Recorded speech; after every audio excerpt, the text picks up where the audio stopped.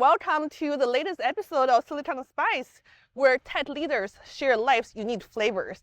And today we have Alfredo Garcia here. Do you want to wave hi? Hi. Perfect. So today, Alfredo is the VP at Roblox. Actually, we're pretty close by outside. And previously, he is the VP at Adobe. Before that, he spent almost 10 years at Google. Also, Alfredo is advisor to startups like Shield AI, primary venture partners, SignalFire, and more. So we have a lot of interesting topics. Thank you for being here. Of course. Thank you for inviting me. Happy to be here. So the very first question I have is that I interview a lot of tech leaders, right? There are people coming from like product management or like engineering leaders.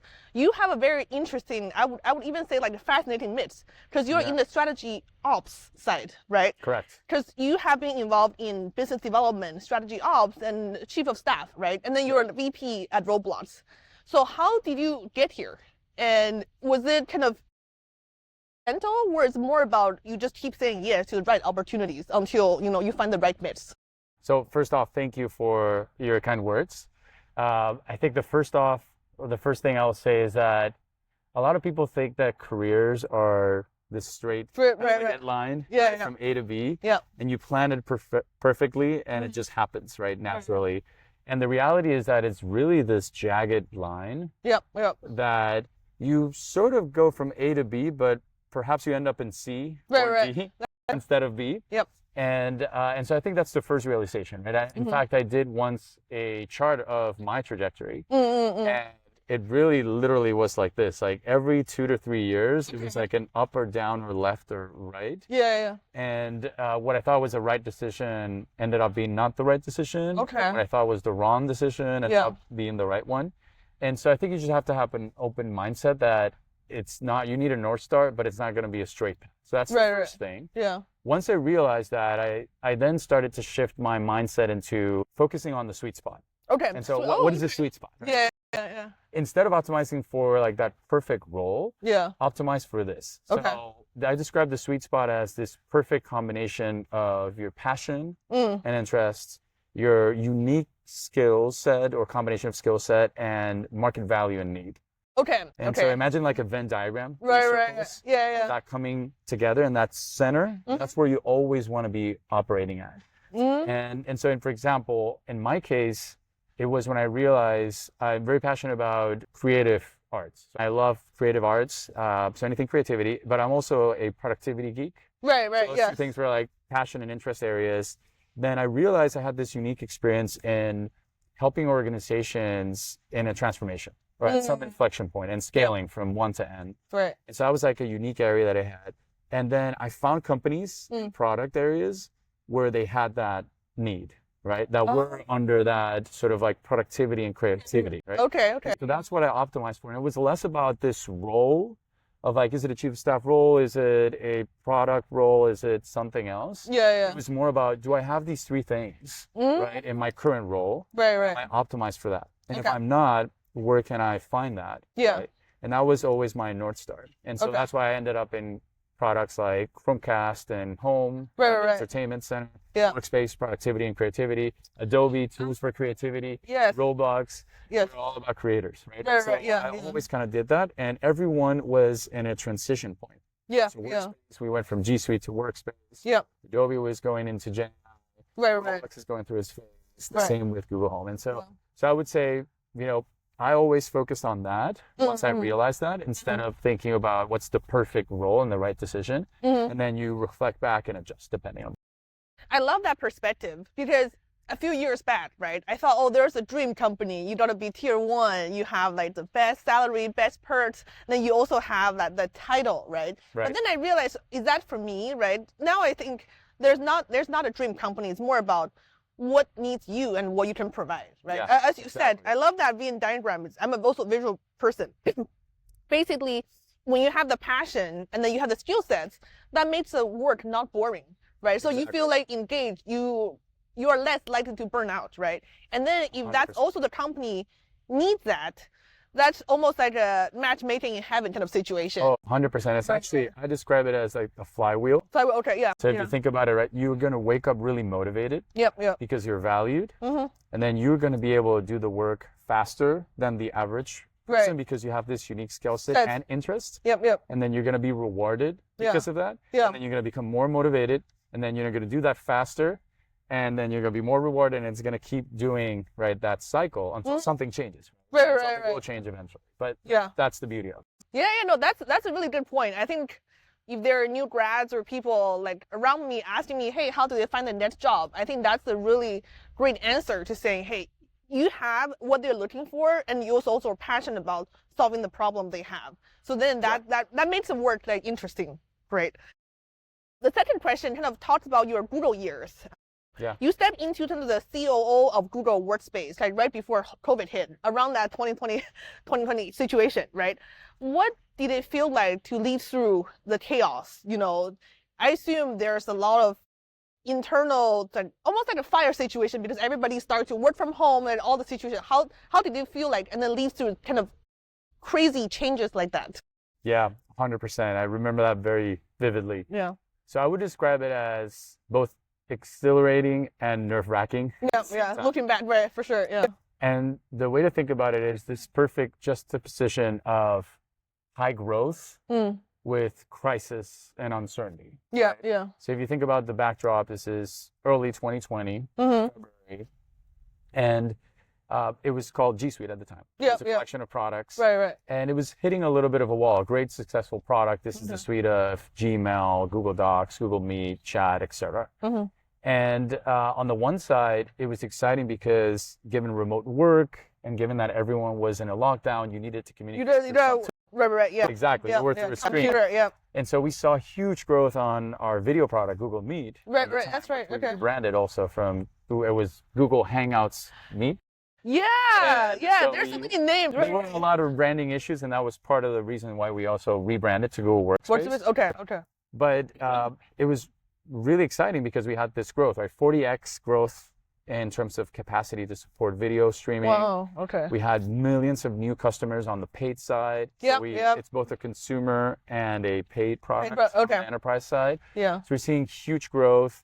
It was exciting to be part of this rebrand and this new product model, this new business model of Google Workspace, and be at the forefront of that. Right, yeah. But at the same time, we were in a giant crisis. Yeah. Economic, social, and then health. Right, yeah. COVID. And so not only our users, right, and our customers were seeing the impact, right? Businesses were falling through the cracks. Yeah. But also our employees, right? I remember team members falling sick or having, staring death in the eye with a family member. So it was a really odd time because of those two things. And then I was stuck on a screen from like 5 a.m. to like midnight. Right. How do you communicate emotions and stuff? Exactly. And so I think that was kind of like how I would describe it. And then, in terms of, you also ask about how, what are things that I took away? How to lead as an example. Within that. Yeah. So, it really comes down to really simple things, right? So first off, speed. Yeah. Right. Speed is so important. That's true. And I knew that from before, but it sort of really underscored that, right? And so in times of crisis, you need to make so many decisions. You need to find a way to really make that speed of decision making and execution. Right? Yeah. So I started thinking about how do I optimize for that? That's my productivity sort of brain, right? Yeah. So like we operate in like two modes normally, right? Especially in leadership roles, you have like creativity mode and like decision making mode. Right? Yeah. That's how I think about it. And so I tried to stack each one of the activities in those buckets. So I had less of the context switching. So it's like, all right, let's go decision making, boom, boom, boom, boom, boom, and then creative time space. Okay. That was like one thing that helped me. Yeah. The other thing is the one door, two door analogy, right, for decision making. Oh, okay. So making sure that, sometimes there's decisions you can easily revert. Yeah. So that's true. just make them, right? Just go fast and do those, right? And so it'll do more good than bad. So that was one, right? Speed. The second thing was communications. So I think it's really important to be a good communicator externally and internally, especially when you're at scale. Yeah. But in times of crisis in particular, it's so important to be really clear, right? So when you're not only asking on a marketing side a customer to do an action, take an action, or give a value prop, right, in a messaging or in a product, but also for your teammates. And so I found it was so important to be extremely crisp and clear of like, here are the decisions we made. Here's what we need, by when, who, why. And the bigger the crisis, the more urgent, the more time you should take to make sure you have the right communication. It's almost like go slow to go fast. I see. Yeah, give the context so people understand instead of like having more questions later on. Then you have Exactly. Okay, got it. It gives you scale, right? It's like you take the time now, and then you send it out to an organization, right? Yeah. Larger teams. Everyone's super clear on marching orders, and they can go and execute. Versus like, oh, why are we doing this? What are we doing? Yeah, Because what's we're going moving on? fast. Yeah, right? that's right. So That's it's right. like you kind of do it half, Yep. right? And you say people will pick up the pieces along the way. I found that the opposite was actually true. Okay, I think that was another good lesson. And then the last one I would say is empathy. Yeah. So that I've always valued empathy, but I think it made it even more important. And so simple things like the tone you use, how you talk to someone when you're in crisis, when you're in rush. Right. How do you make sure like the message is received, but also they understand why you communicate a certain way? Right. Exactly. Yeah. And make sure you don't let emotions come through, right, in a negative way. And then also, as part of empathy, recognizing people, right? So there are people who were stuck somewhere else in the world because they were in a lockdown, and they had a family member that was sick, and uncertainty, and they were working U.S. hours, and they were doing a lot of things, and sometimes we took it for granted. And so it was important for me as a learning to say, hey, thank you, send out a note. Appreciate teammates with the leaders and others, and say like, thank you for doing this extra effort, doing this while all these things are happening. So I think this would be the three things. No, that's amazing. So basically having the speed and then kind of think about what's the best way to communicate in different scenarios, and also very important, like empathy. COVID seems so long ago. It does. Yeah. I feel like my memories are fading because there are things that you don't want to remember in too much detail. 100%. But at the same time, I do feel like as a society, we came back stronger. Like there are a lot of good learnings from COVID time. I think so. Yeah, I think true. Also in the workplace, right? I mean, people now can understand like hybrid mode, and then communicating through a screen is much easier and more adapted. Yeah. That's right. All right. The third question is one of my favorite. Is I want to hear about a typical day of yours as a VP. The reason being because there are so many people who think, okay, what does VP do all day, right? You always have your kind of thoughts, the versions that, okay, maybe you talk to stakeholders or maybe you have meetings all day. But then what is the real version of being a day of yours as a VP and also chief of staff at Roblox? Yeah, drinking martinis with clients and parties. That is definitely not it. So I think it's actually much less glamorous than I think a lot of people think. Okay, it's actually a lot of boring, repetitive things if you think about it, if you want to be an effective leader at that level. And so it really boils down to your context switching between a bunch of different things. You're enabling decisions. Right. And you're influencing and unblocking people. Right. It really comes down to that. Right? Okay, that's the essence. Yeah. Exactly. And then if you think about how that looks in practice, is you're spending a bunch of time in meetings. Yep. Across leadership teams, across your own teams, across partner teams.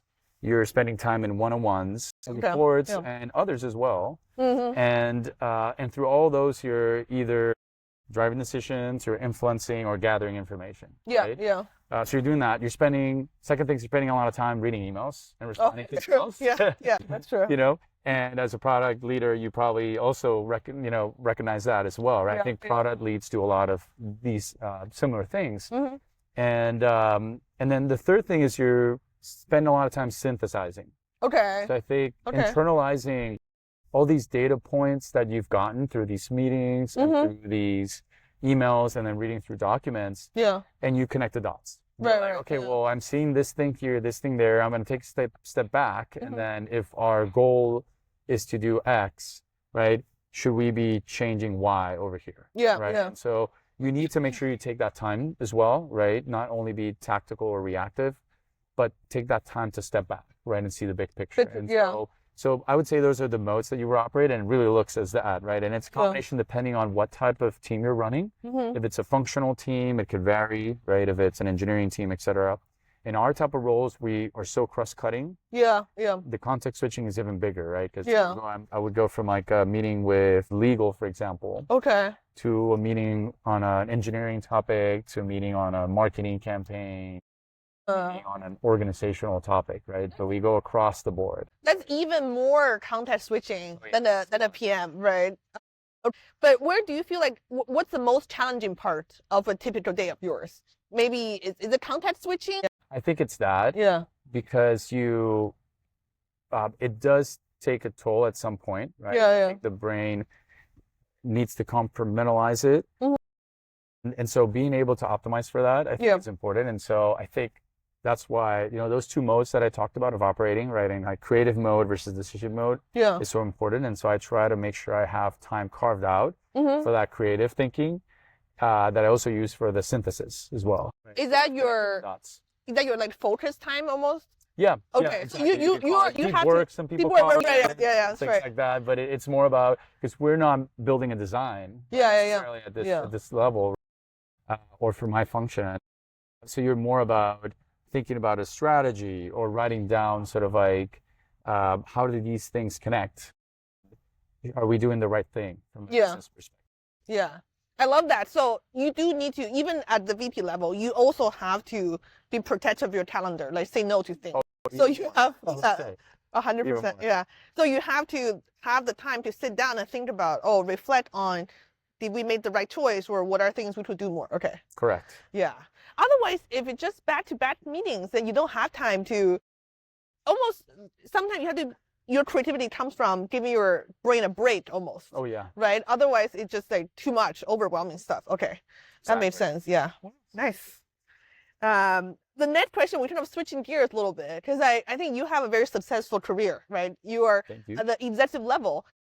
In addition to that, you also are advisor to a few startups and board members, and you have written about what makes a great board member, right? You have to stay disciplined on how much capacity you have, how much you take on. So I'm curious, overall, this journey, I don't want to call it a side hustle because I feel like it's kind of complementary to your main job as well, right? Because the skill set, they're like overlapping skills. So like, I want to learn more about like how do you get started and what are things people don't talk about, being a board member. For sure. And my board and advisory level has sort of like ebbed and flowed over the years, depending on my main gig that I would have, right? And so capacity, sometimes you need to adjust. But I think that's the beauty of it. You have that flexibility. So I think, a few thoughts there. Usually, I think the best way for these type of roles, right, to come by is really through the network. As you continue to grow in your career, you find your sweet spot. Right. Yeah. You start to be recognized for a certain type of work, a certain type of line. And the people that know you, when they have a need, they'll start reaching out. Or when someone that has that need that they know, they'll recommend you. So I think all of these really actually came through recommendations, right? So I had people in my network that said, hey, there's this company that I know that needs this. Do you want an intro? Right. Or directly someone that said, hey, I need help on product marketing, or I need help on this. Can you come do this project? Can you come join us? Can you do this advisory board? Yeah. And so it really comes through the network, right? So I think when you go to business school, for example, they tell you, the network is so important. That is true. It is one thing you need to sort of like nurture. And not only through the school, right, but also your work. Right. But also your main job, because you do well in your main job. So people also read, got it. And stay in touch with people who leave your jobs, right? Because they will go on to some other place and do big things there as well, and they will keep you in mind, and they'll bring you over for these type of opportunities. So I think that's that. And then I think the last thing would be show your thought leadership. Right? So find ways to demonstrate through like how you're doing right now, right? With a podcast, or through blogs or writing, or other ways that you can demonstrate that. Speaking engagement, etc. Yeah, I joined one of the Maven free lightning sessions. You had, I think it's like 2 years ago, that you talked about different types of leaders. How you come into, I think that's very interesting because a lot of people, they encounter this, but they didn't take the time to summarize. It's actually tricky. The leaders, just like people, they come in different shapes and forms, right? So you have to tailor your strategy, how you manage job. I feel like that's a very important skill to have. It's just like a product. Right, just like a product. That's right. You gotta understand your target customer, and then you gotta package it and frame it the right way, and then sell it. Yeah. Thank you. Thank you for the insights. Because I think we talked about a little bit earlier. I realized like now I do see there's a trend, right? People want to be more flexible, be in control of their own hours. So like the fractional CPO, the fractional leadership, it's pretty popular. And I think it made sense almost also after like COVID hits as well, right? Sure. With like the layoff and things, people are thinking, hey, what are some new ways of working, right? Maybe it's through fractional consultancy, or maybe through like advisory or board and stuff. I think that's good. It's that people should embrace that, right? You don't fixate it to one type of job, like might not have like the best security or anything. Yeah. So that's a good advice. Thank you. Sure. The next question is related to AI. But I don't want to ask like typical about AI job replacement stuff, but I want to ask about from your kind of executive level, what do you see are some misconceptions other executives or leaders have about AI? And what is one thing you're doing differently? Yeah. So first off, the caveat, I'm not an AI expert, although I'm very involved in AI related things. I think, I'll keep it super simple. I think a lot of companies or other leaders probably think about AI as a feature, right, within the product. That's true. It's like, if I slap AI into that one, that is true. That is true. Yeah. I have this little bot, or I have this little, chat enablement. Yeah. And I think it really requires more of a paradigm shift of how the product actually gets designed. If you were to design the product from the ground up as an AI native product, how would that look like? And I understand that's hard with innovator's dilemma, right? Especially for existing companies. But you have to find a way to parallel path that, I feel. So that's one. And then the second one related to that is it's not only how you think about the product design, but also how you run the company, the business. So we think about the biggest competitors are small startups with, small number of people that are AI native, that are just blazing fast. Right. Yeah, and that's they true. operate differently. Right, without the scale that a big company has, they can do the same.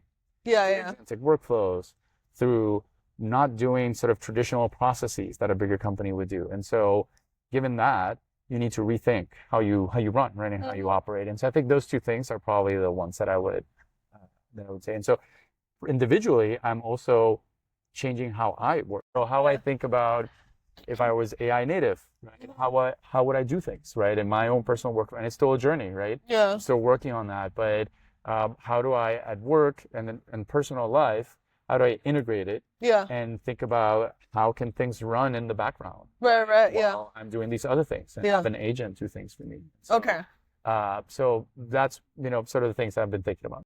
Yeah. So it really comes down to kind of reimagine, not just stick a feature there. I 100% agree with this, because I do feel like at some point, all these like CEOs or leaders, they feel left out, right? Yeah. And then when the stock price is dropping, it's like, oh, how can we bring it back up? Like, what are things that are buzzworthy that we should, put in our product? And then it would backfire, right? And AI can solve good part of the product problem, but cannot solve everything. And correct. I like your way of thinking is that be AI native, take a step back. It's not almost like, I like to use analogies, right? You don't just, if your pants has a hole, like you don't just say, you could stick a patch on, but, or you could just reimagine a different pants, or like buy a new pants to replace, and think about what are other ways the pants can function really well, right? Yeah, that's right. I mean, imagine an analogy closest to this would be the mobile revolution. Right, yeah. Years ago, I remember I was at Google, and Larry, the founder, would send out emails saying, you now, including software engineers, you should do your work on the mobile phone. Even some coding. You need to change how you work. Wow. So you feel the pain, you understand the paradigm, you see the flaws, and you bring that insight into the design. So that's just one example of how to rethink things. Yeah, nice. Yeah, that's true. I also agree with what you mentioned about like productivity part. But honestly, every day feels overwhelming, which is the pace of AI is developing. Do you have any tools you like that you can recommend? Kind of, we're on the topic of AI. I don't think I have anything that it's like too obscure. Okay. I use across all the LLMs, I would say. So I have a variation, right, of I've used Claude, and I used, ChatGPT and Gemini. Yeah. Right. I do like the Gemini built-in functionality within the workspace. So Seamless. Yes. Seamless, Yes. Yeah. and it sounds simple, but it's so great, right? Like you're right there, and it helps you with the context. So I do that. The other thing I like to do is, again, it's simple, but it's more of a sort of like a practice. Okay. Like during my commute drive, Yeah. I like to riff off ideas with an LLM on the voice mode. Right. Okay. Yeah. Start going like, what do you think about, implementing this thing? And it could be personal, it could be work related, and I start riffing off ideas, Yeah. having a conversation, and it's a great unlock. It sort of like challenges me a little bit, and I say, hey, press me a little bit on Push this, back. Yeah. and like find all the flaws of this idea. And so Okay. it's like a great thought partner. Yeah. No, that's true. I do find that commuting is a good use case, right? Yeah. Even in the past, let's say I listen to podcasts Yeah. or listen to audiobook or music. I mean, it is still learning, but Yeah. it's more passive, right? Yeah, Like I'm just exactly. receiving information, right? And then, but if you talk to an AI partner that's there 24/7, and then as you said, you can tailor the voice, right? Like, push back on things or challenge my thinking. It kind of broaden the amount of insights you can have, right? Because the That's LLM distilled from all the universe, right? Exactly. Okay. Yeah, no, that's a good productivity tool. Thank you. Yeah, of course. All right, now we conclude our main questions. Yes. We go into our bonus and spicy one. Fun ones. Yes. I since I'm an e-commerce PM, working in kind of e-commerce fashion industry, my bonus question is, what is your favorite clothing brand? Because people always imagine that leadership kind of dress up differently, or like a certain way. I don't know. But I'm curious, do you have a certain way that you feel like, oh, that's my go-to brand? Yeah. Well, I have a boring answer. Sorry about that. Again, I'll VP job is boring. I said, right? Common misconception. So actually, I'm wearing one of them right now. So Okay. I think I'm gonna cheat. I'm gonna say two. Okay, go for So it. Yeah. Viori's one. I heard good things about Viore. It's good. It's comfortable. It's pretty fashionable, Yep. but subtle. And I like the comfort Yep. of the fabric and all that. So I think it's a great brand. So I like that. That's one of my favorite ones. And I use it for work. I use it for the gym, etc. And then the second one is Sarah. Sarah is not fancy, Yeah. but it's like a casual Euro look Yeah. that I enjoy a lot. And Yeah. so I'm probably wearing both. I think these jeans are so I think it's a combination of those two are probably my coincidentally. Yeah. That's awesome. It's pretty authentic answer. I appreciate it. And then there are other podcast guests also recommended Viore. But there you go. It's on my A little list. bit of a techie athlete. Yeah, for sure. I think before I joined Stitch Fit, I think, clothes, like how hard can it be? Yeah. But then there's, the shape, and then there's like materials. There's a separate merchandising team. They really kind of scout all the different kind of designs. So there are a lot of thinking, right? That's why it's an industry, right? Like a lot of thinking goes into. I mean, between like Alo or Lululemon or Viore, they all have their different niches, and then they kind of. I'm always kind of amazed. Like, I think every 4 or 5 years there's a new athleisure That's right. brand pops up. But the one that can really stick, that they have to have their unique things that really attract all the fans from all the places. It's a combination of taste, Yeah. the right merchandising, Yeah, and the 100%. right, marketing and brand with it. All right, thank you. Okay, the last question is a spicy one. Is like, what hobby or habit that you feel like makes you a better person at your job, right? Yeah. Like, enables you, empowers you, even though it's not your main job, but because of this one thing that you do in your daily life that makes you a better leader. Yeah. So I would go back to one of my passions, which is music. Music. Okay. All right. Yes. So I Okay. think the biggest one that I would take away there is leadership. In music. And Okay. So the way I describe, in particular for tech, Yeah. an effective leader is almost like a jazz band leader, if you will. Okay. And Okay. so, and I'll use another music analogy. I think for a more stable industry, Okay. and a symphony orchestra conductor. Right. That's a whole. That's probably more of like that type of leader where everyone knows their part and you're just like optimizing. That's true. Right, and you're like in this podium looking at everything. Yeah. But I think in the tech industry, everything's changing so fast. Yeah. Right, that you need space to improvise. Right. Okay. Like Okay. a jazz band leader. Yeah. You have to. You operate under a frame, right? You're like, we're in the key of A minor. Yeah. And we're on tempo of 3/4. Okay. But all of a sudden, you might need to change it because there's something in the audience that resonated, Yeah, yeah. or something with your band members where you started going off a riff, Okay. and the drummer starts doing something different. You're like, oh, I like that. I'm gonna extend this. Okay, yeah. It changes. Improvise. So I'm gonna improvise. Yeah. A solo now, and then someone else feels like they want to do a solo that's coming up, and you kind of have to let that go, right? As a jazz band leader. Yeah. So I think there's that improvising within a frame, Okay. reacting to your environment conditions, right? So that's one, and then two is you're a leader on equal footing. So you're not on some. You're not. You're on equal footing on the stage, and you have an instrument in your hand too. Yeah. Right? You're not just going like this. Right. Okay. So I think you kind of have to be part of the craft, Okay. and have your hands in things Mm-hmm. to be able to be a good leader in this environment, because everything's changing so fast, especially now. Yeah, With yeah. the advancement of AI.